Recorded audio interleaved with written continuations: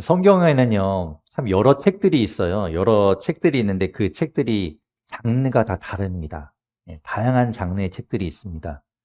뭐, 우리가 전에 보았던 예언서도 있고요. 또 시편은 시로 되어 있기도 하고요. 편지글도 있고요.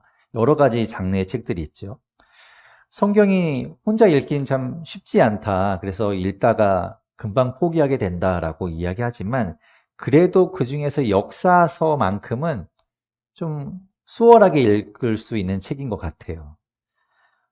옛날 이야기를 보는 느낌이 들잖아요. 아, 이런 일이 있었구나. 술술술 읽혀지는 책이기도 합니다.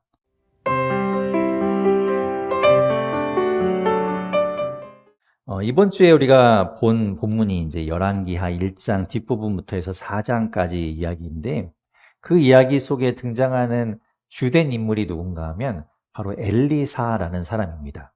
오늘 우리가 읽은 본문에 나오는 사람이죠. 뭐 여러분 나름대로 그 이야기 속에서 어떤 사람이 눈에 띄었고 그 사람을 초점으로 두고 말씀을 묵상했을 수도 있지만 전체적으로 이제 등장하는 인물이 이제 엘리사라고 할 수 있어요.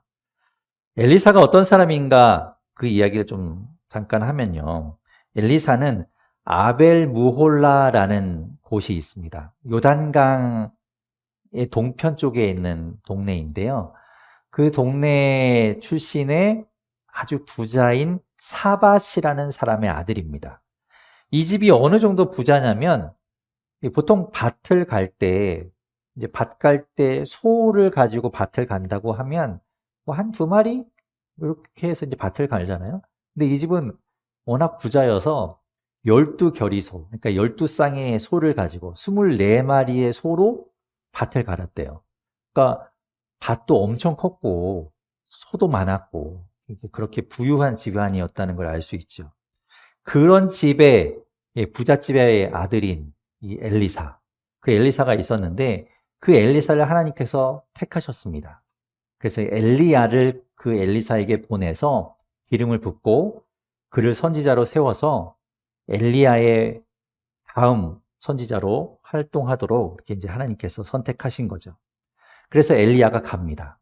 이제 기름 부어서 세우니까 엘리사가 곧바로 그 모든 것들을 다 버려두고 엘리야를 따라가요. 예, 부잣집에 떵떵거리고 잘 살고 있던 엘리사가 그 모든 것들을 다 버리고 엘리야를 따라갑니다. 그때부터 엘리사는 엘리야의 제자가 되었어요.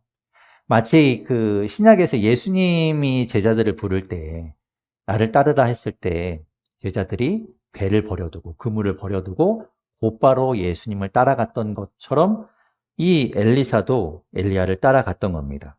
그래서 그때부터 둘은 함께 있으면서 이제 엘리야의 모든 것들을 옆에서 보고 배우게 되지요. 이제 엘리야의 때가 다 되어서 하나님의 부름을 받을 때가 되었습니다. 그래서 떠날 때가 되었을 때 엘리야는 이 엘리사를 떼어놓고 이제 혼자만 하나님이 부르신 곳으로 가서 하나님이 부르심을 받기를 원했는데 엘리사가 안 떨어지는 거예요.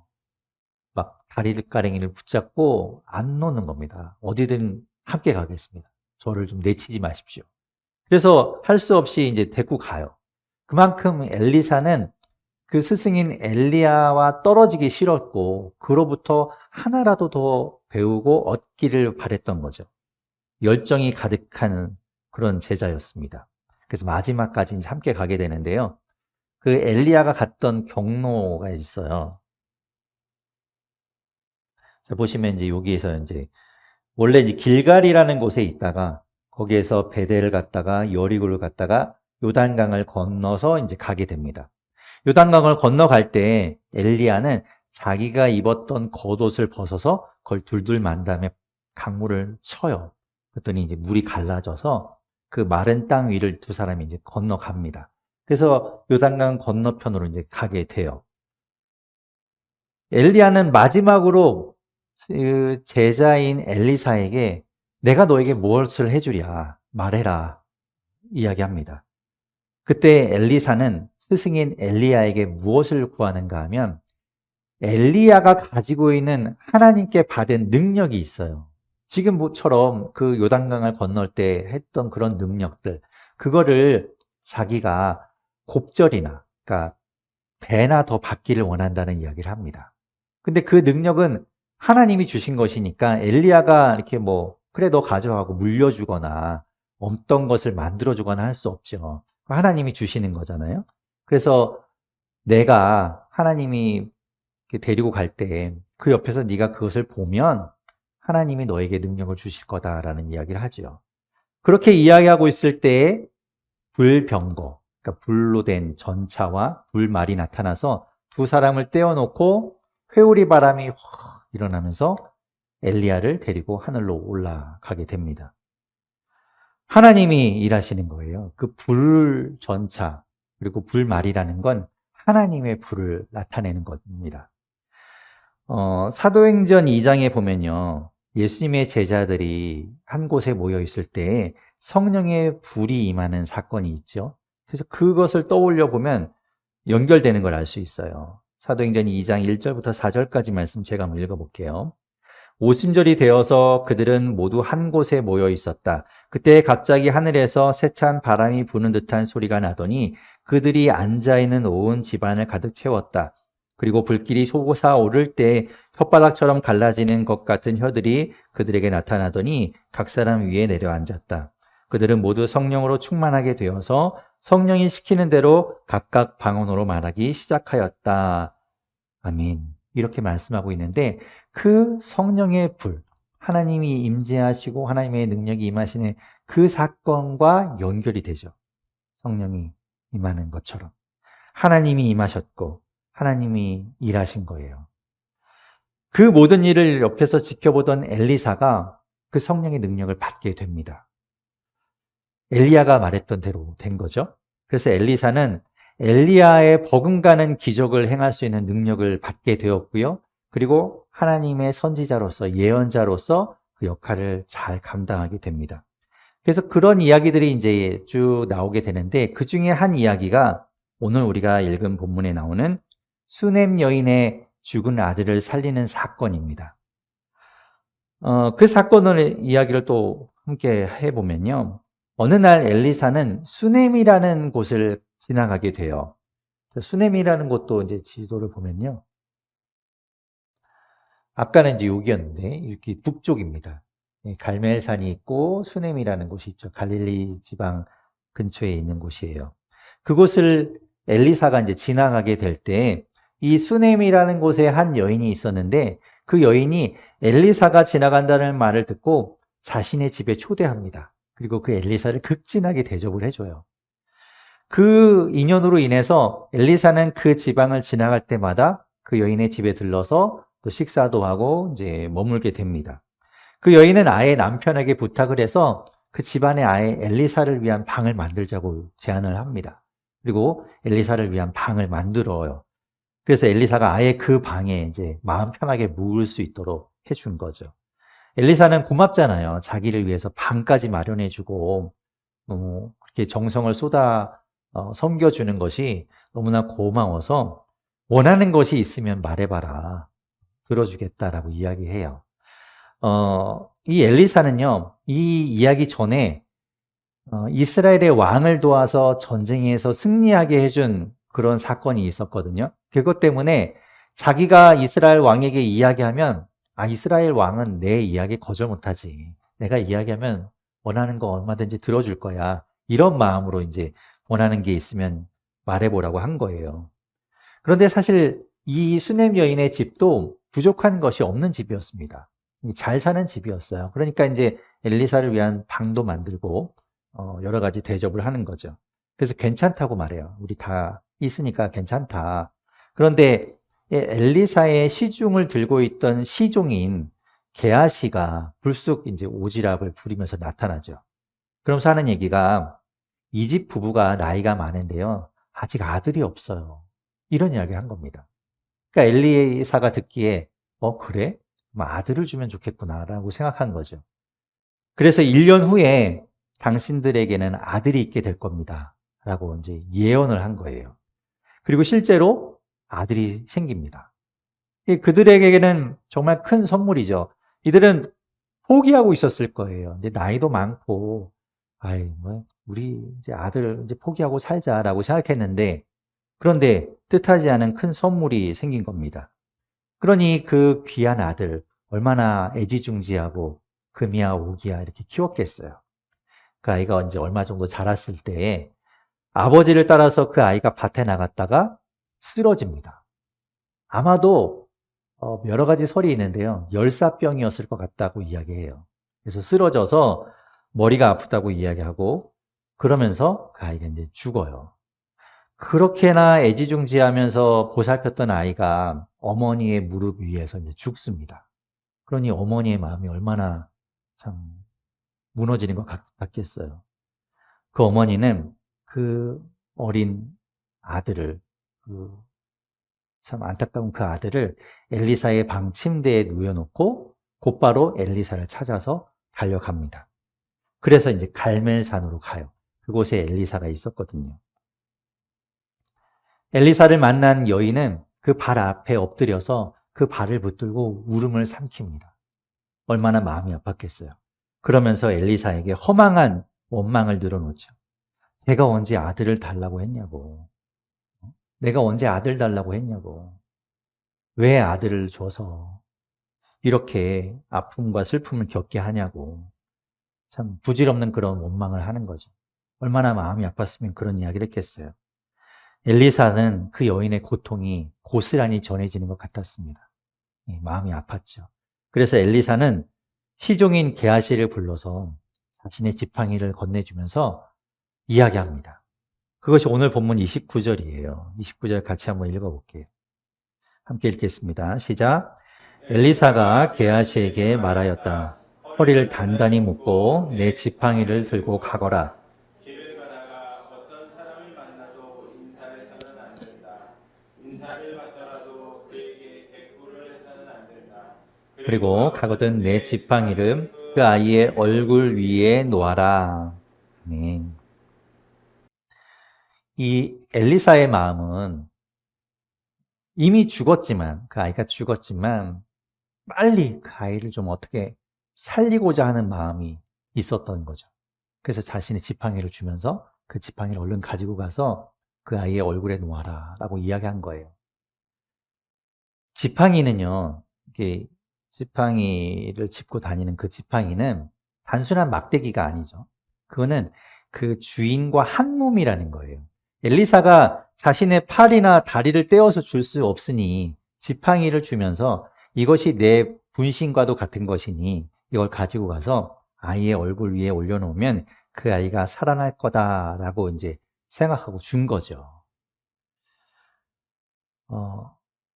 그래서 게하시가 이제 그 지팡이를 가지고 간 거예요. 먼저 갑니다. 출발해서 가는데 그 뒤에 이제 여인과 엘리사가 이제 뒤따라 가죠. 게하시가 먼저 도착해서 엘리사의 말대로 지팡이를 아이 얼굴 위에 올려놓았습니다. 아이가 살아나야 되잖아요. 그런데 아무 일도 일어나지 않는 거예요. 아무 기척도 없어요. 깨어나지 않습니다. 뭐가 잘못됐을까요?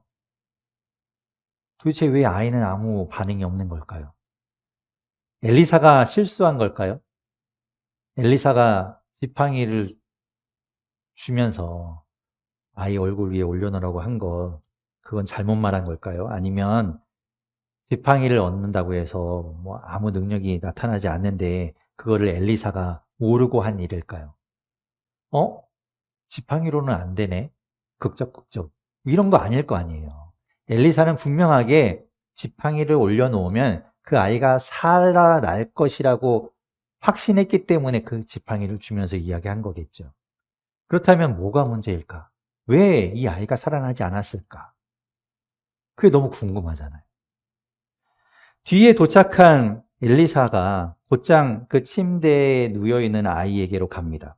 그리고 그 아이를 보고 하나님께 기도한 다음에 그 아이 위에 자신의 몸을 포개요. 그리고 그 아이의 몸에 서서히 온기가 돌기 시작합니다. 엘리사는 내려와서 그 집을 한 바퀴 이렇게 거닌 다음에 다시 그 아이 위에 올라가요. 그러자 그 아이가 살아납니다.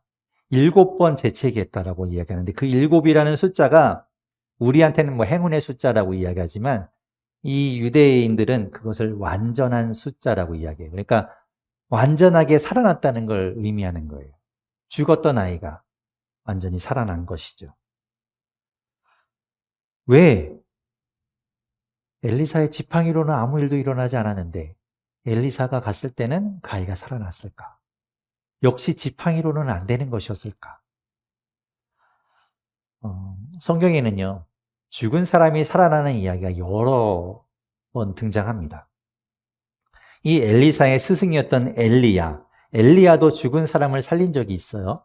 열왕기상 17장에 보면 사르밧 과부의 아들을 살린 이야기가 나옵니다. 그 이야기는 오늘 이야기와 상당히 비슷해요. 살릴 때 죽은 아이 위에 이제 몸을 포개면서 그 아이를 살립니다. 그리고 신약에 넘어오면요, 예수님이 나사로를 살린 이야기 있죠. 그리고 회당장 야이로의 딸을 살린 이야기도 있습니다. 그렇게 예수님이 죽은 사람을 살린 이야기도 있고, 그리고 또 사도들도 죽은 사람을 살린 적이 있어요. 베드로도요, 사도행전 9장에 보면 죽은 여선지자 다비다라는 사람을 살린 적이 있습니다. 그때 베드로는요, 일어나라 라는 말을 이제 합니다. 예수님도 말로 살리시잖아요.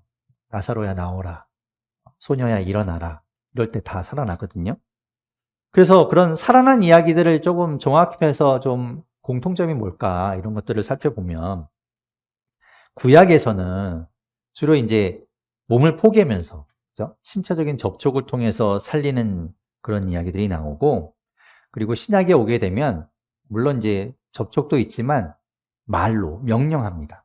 살아나라 라고 했을 때 살아나게 돼요. 그런데 특별히 이제 오늘 이야기와 예수님이 회당장 야이로의 딸을 살린 이야기를 보면 그 이야기가 상당히 특이하게 겹쳐지는 걸 볼 수 있는데요. 어떤 게 겹쳐지냐면 엘리사라는 이름의 뜻이 뭐냐면 하나님이 일으키신다라는 뜻이거든요. 그런데 예수님이 야이로의 딸을 살릴 때 그때 그 죽은 야이로의 딸의 손을 잡고 예수님이 말씀하시기를 달리다굼이라고 이야기합니다. 그게 무슨 말인가 하면 소녀야 일어나라 이런 말이거든요. 근데 그 쿰이라는 말이 일어난다는 뜻이에요. 근데 그게 엘리사라는 이름에 그 연결이 되는 거죠. 하나님이 일으키신다. 일어나라. 이게 서로 연결되는 이야기예요. 그리고 엘리사라는 이름이 하나님이 구원하신다라고도 해석이 되는데 예수님의 이름, 그 예수라는 이름이 여호와가 구원하신다 이거든요. 그러니까 서로 연결이 또 이름이 되죠. 그렇게 여러 가지 부분들이 이제 겹쳐지는 걸 볼 수 있습니다.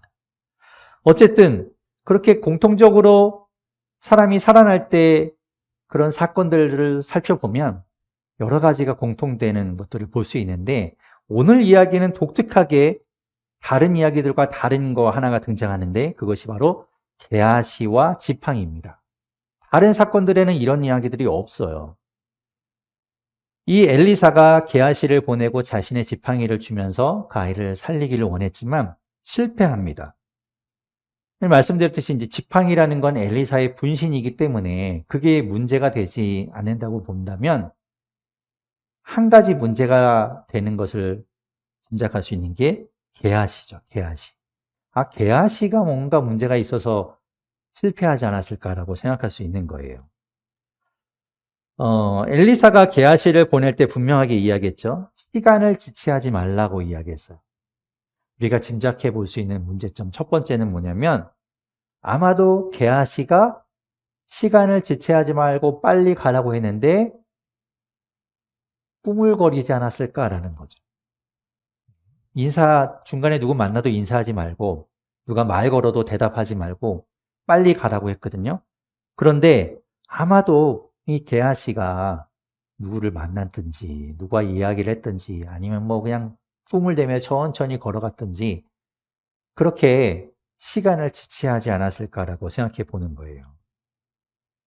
엘리사는 그 여인의 마음이 그 고통이 느껴져서 빨리 그 아이를 좀 살리고 싶었는데 게하시는 그런 마음이 없었던 거예요. 이거 뭐 내 아이도 아닌데 내가 뭐 굳이 뭐 그거를.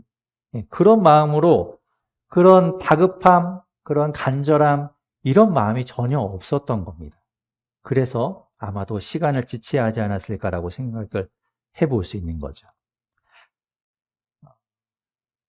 자기들은 의료 서비스를 다 받고 있으니까 응급실 아무 문제 없이 잘 돌아가고 있다. 뭐 전화할 정도만 되면은 경증이니까 응급실 갈 필요 없다라고 말하는 그런 사람들처럼 전혀 공감을 못하는 거예요. 참고로 제가 심근경색이 왔을 때 제가 119에 전화했습니다. 그게 경증이라고 생각해서 응급실 안 갔으면 저는 여기 없었겠죠. 그런 말도 안 되는 이야기를 하는 사람들이 있는 거죠. 아무튼 그렇게 게하시는 그 엘리사나 그 여인의 마음처럼 그렇게 안타까움과 간절함이 없었던 것을 볼 수 있는 거예요. 어쨌든 게하시는 아이에게 갔어요. 그리고 지팡이를 아이 얼굴에 올려놓았습니다. 그런데요, 오늘 이야기에 보면 엘리사는 게하시와 좀 다르게 행동하는 걸 볼 수 있어요. 오늘 보면 33절을 같이 한번 읽어볼게요. 33절 함께 읽겠습니다. 시작. 엘리사는 방 안으로 들어가서 문을 닫았다. 방 안에는 엘리사와 그 죽은 아들 둘뿐이었다. 엘리사는 주님께 기도를 드린 다음에 뭐가 다른가요? 문을 닫는 게 다른가요? 그런 얘기는 모르겠는데 아무튼 게하시는 기도했다는 말이 없죠. 그런데 엘리사는 그곳에 가서 먼저 무엇을 하는가? 하나님께 기도합니다. 그의 스승이 그 엘리야가 그 사르밧 과부의 아들을 살릴 때도 하나님께 기도했어요. 열왕기상 17장 20절에 보면요. 이렇게 말씀합니다. 제가 읽어볼게요. 주님께 부르짖었다. 주 나의 하나님, 어찌하여 내가 머물고 있는 이 집의 과부에게 이렇게 재앙을 내리시어 그 아들을 죽게 하십니까? 그리고 말씀드린 것처럼 베드로 사도가 다비다를 살릴 때도 그가 하나님께 기도했어요. 사도행전 9장 40절을 제가 읽어보겠습니다. 베드로는 모든 사람을 바깥으로 내보내고 나서 무릎을 꿇고 기도를 하였다. 그리고 시신 쪽으로 몸을 돌려서 다비다여 일어나시오 하고 말하였다. 그 여자는 눈을 떠서 베드로를 보고 일어나서 앉았다 라고 이야기해요. 그러니까 공통적으로 뭘 먼저 하는가? 기도했다는 거죠. 기도. 물론 예수님은요, 뭐 나사로를 살리거나 야이로의 딸을 살릴 때 예수님은 하나님과 본체시고 동등하신 분이고 하나님의 아들이기 때문에 굳이 그곳에서 기도하지 않고 이제 명령으로 살리시지만 다른 사람들, 엘리야든지 베드로든지 다른 사람들은 하나님께 먼저 기도했다는 걸 볼 수 있어요. 엘리사도 마찬가지고. 그런데 게하시는 기도했다는 이야기가 없는 거예요. 왜 그런가? 그들은 살리는 분이 하나님이라는 걸 알잖아요. 그러니까 하나님께 먼저 기도하지요. 하나님 이 아이를 살려주십시오. 하나님 이 사람을 살려주십시오. 라고 기도했다는 거죠. 그런데 게하시는 하나님께 기도하지 않았다. 그 말은 곧 살리시는 분이 하나님이심을 그가 인정하거나 그 하나님을 바라보지 않았다는 걸 말해주는 거예요. 오늘 이야기는요, 사람을 살리는 사건이죠. 아주 신기한 사건입니다. 그런데 성경에 나와 있는 다른 사건들과 또 비교해서 보면 특별하게 사람을 살리는데 한번 실패한 이야기가 들어있는 이야기입니다. 무엇 때문에 실패했는가? 무엇이 다른 이야기들과 다른가 살펴보았더니 첫 번째로 사람을 향한 마음, 그 사람을 향한 치근함, 연민, 그 사람을 향한 안타까움과 절실함이 있느냐 없느냐가 다르게 나타납니다. 그리고 두 번째로 살리시는 분은 하나님이신데 그 하나님의 주권을 인정하고 그 하나님의 능력을 구하는 기도를 했는가 안 했는가, 그것으로 달라지고 실패하는 걸 우리가 보게 된 거죠. 게하시가 엘리사에게 돌아와서 이야기해요. 아이가 깨어나지 않습니다. 해봤는데요, 아이 살아나지 않던데요, 아이가 안 깨어나는데요. 그 말은요, 곧 자신을 가리키는 말처럼 저는 들려요. 깨어나지 못하는 자기 자신, 영적으로 깨어나지 못하는 거죠. 사람을 향한 마음과 연민과 사랑도 전혀 없고요. 하나님을 인정하거나 하나님을 구하거나 하나님의 능력 앞에 무릎 꿇는 그런 것이 전혀 없는 자기 자신. 그렇게 무지하고 어둡고 눈 감고 있고 보지 못하는 자기 자신을 말하고 있는 것이 아닌가 생각이 되었습니다. 깨어나지 않습니다. 자기를 가리키는 것 같아요. 여러분, 우리는 깨어 있나요? 아니면 아직도 나는 깨어나야 하는데 어떻게 깨어나야 할지 모르겠다라고 생각하고 계신가요? 방법은요, 하나님을 사랑하는 거예요. 하나님을 사랑하면 우리 안에 그런 것들이 생깁니다. 하나님이 주시는 마음이 우리 안에 생기게 되고 그 마음으로 또 다른 사람을 사랑할 수 있게 돼요. 다른 사람을 간절하게 바라볼 수 있게 됩니다. 예수님은 마태복음 22장 37절부터 40절에 이렇게 말씀하셨죠. 제가 읽어볼게요. 예수께서 그에게 말씀하셨다.